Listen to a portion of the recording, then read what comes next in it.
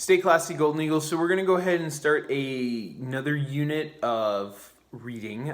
This one is going to be focusing on determining the important ideas and summarization of books and articles and other things that you read.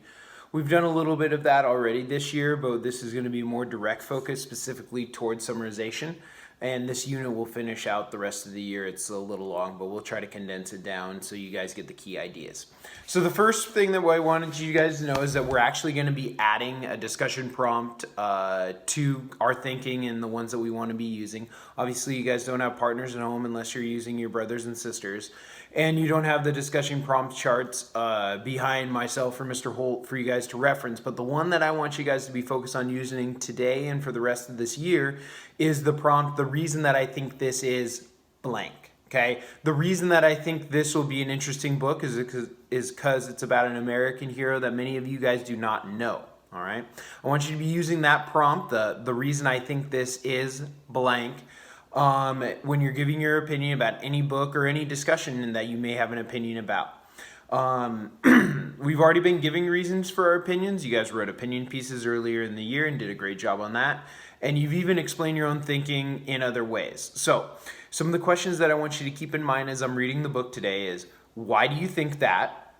And what in the text makes you think that? Okay? Now the focus is on using our prompt like we talked about, the reason that I think this is blank. And the book that we're going to focus that on today is this book called Flight. And it's by Robert Burleigh and illustrated by Mike Weimer. Okay? This book tells the true story of Charles Lindbergh and his historic flight from New York to Paris in 1927.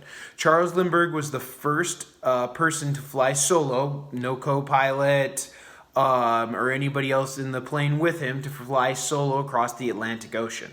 It was the first plane flight ever. The first flight of a plane ever was in 1903 in North Carolina by the Wright brothers.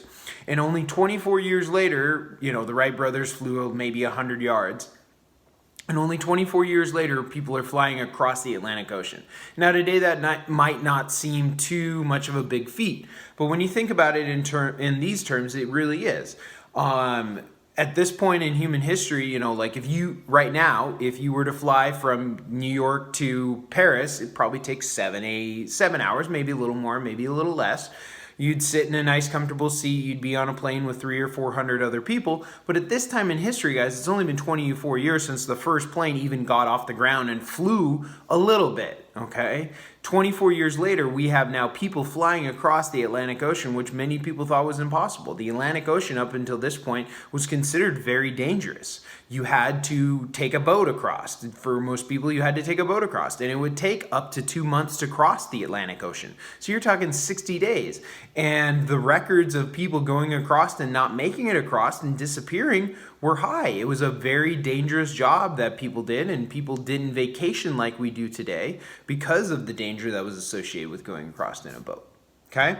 So I'm going to read this a couple times. I'm going to stop. I'm going to ask you guys questions. I'm going to have you think about it, and then we'll continue on. This video is going a little long already, so it'll probably be in 2 parts, maybe even 3. So, again, this book is called Flight.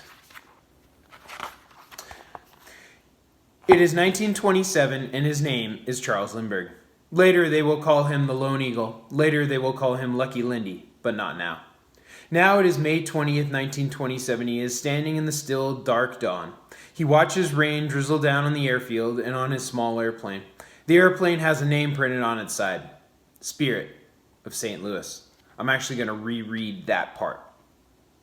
It is 1927 and his name is Charles Lindbergh. Later they will call him the Lone Eagle. Later they will call him Lucky Lindy, but not now.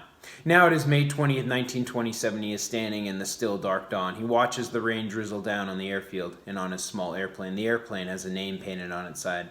Spirit of St. Louis. Who do you think's telling the story, and what makes you think that?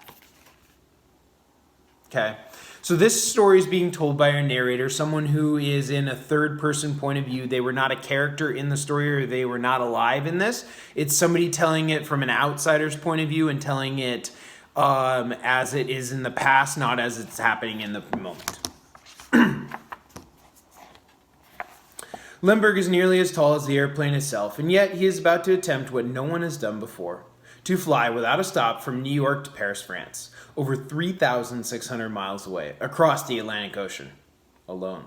He climbs into the box-like cockpit that will be his only home for many, many hours. Cockpit is the place in a plane where the pilot sits. He clicks on the engine, he listens as it catches, gurgles, and roars. A few friends are here to say goodbye. They are only a few feet away, and yet to Limburg, how far they seem off. Excuse me. They look up at him and wave. Good luck. Keep safe. This has some good illustrations, so I wanted to make sure I showed them to you. I'll read one more page and then we'll do another video for this to continue. A telephone wire stretches across the far end of the field. To touch the wire will plunge the plane to the ground. There is an extra fuel tank in front of the cockpit. Because of this, Limburg cannot see straight ahead. Will the Spirit of St. Louis, with its over 5,000 pounds, rise into the air? To keep the plane lighter, Limburg is leaving behind his radio and parachute. Will that be enough? He has been up all night getting ready. A thought runs back and forth in his mind. It is still possible to turn back, to return home. And yet another thought is stronger. I have been waiting my entire life for this flight. Limburg lowers his goggles and nods his head. Go! Men on each side push to help the plane roll over the soggy ground. The little plane bumps forward, gaining speed. The wheels leave the ground, then touch back. The plane seems to hop, taking its last bow to earth.